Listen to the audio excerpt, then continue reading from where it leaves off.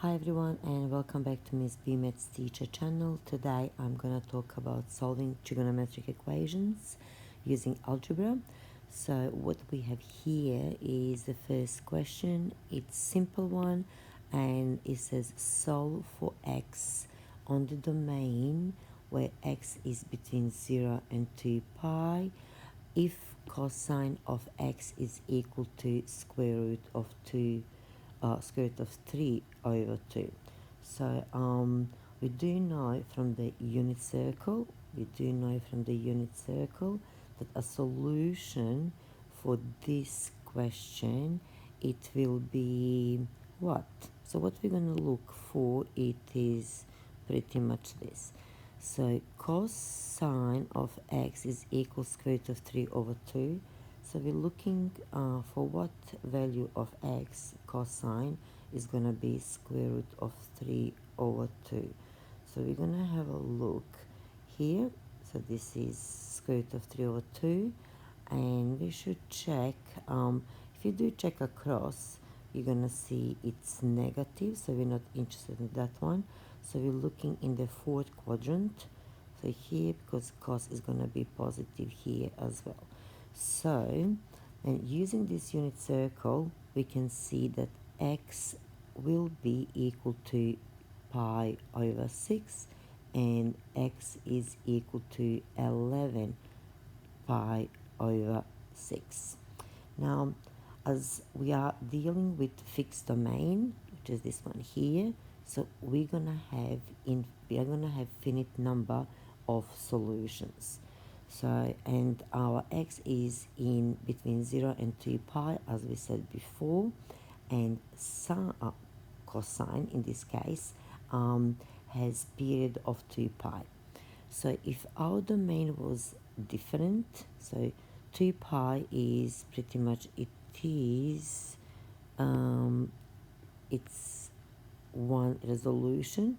So, and if we were about to go around this unit circle one more time, then we would have to add to those solutions plus 2 pi times k, where k is equal to 0 or 1 or 2, etc.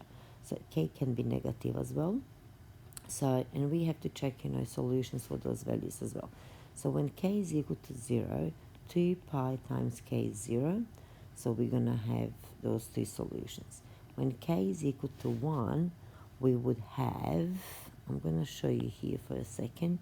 When k is equal to 1, we're going to have x is equal pi over 6 plus 2 pi times 1, because k is 1.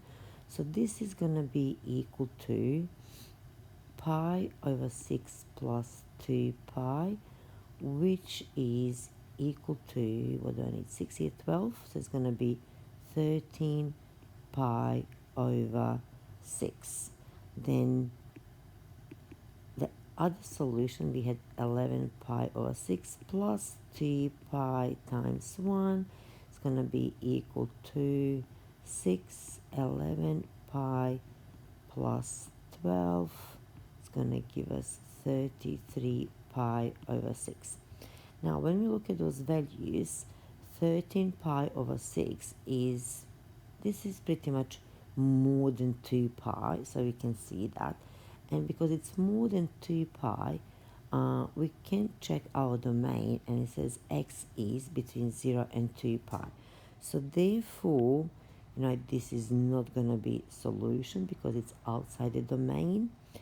And this one here, we have 33 pi over 6. It's definitely more than 2 pi, so it's what, 5 pi and a little bit more. So therefore this is outside our domain and it's not going to be solution. So sometimes it's easy to see that we only have two solutions and one or two, and sometimes we do have to check the different values for k. Pretty much that's it for this one, and I'm gonna move on to the next one. Now, let's have a look at this sine function. Sine of x over 2 is equal to square root of 3 over 2. Can you please just note that x over 2 is the same as half x. So now to solve it, there are different ways of solving it. So I'm just going to go with in my opinion, maybe the easier one, but in part 2, I'm going to use cosine function to show you both ways that it can be solved. I'm not saying that there are only two ways of solving it, but definitely the two that I use. Now, to solve this, we're going to have a look. So for what value of this angle here, okay, so that angle there, which is x over 2, this is our angle, sine of this angle is equal to square root of 2 over 2, square root of 3 over 2.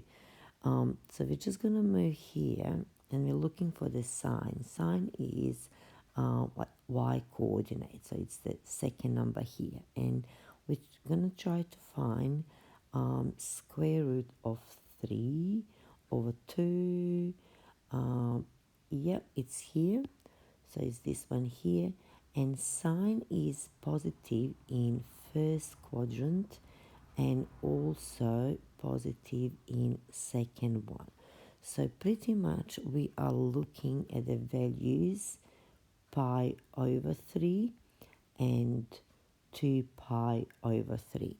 So the solution for this angle, sine of an angle is equal to square root of 3 over 2 when we have pi over 3 and when we have 2 pi over 3.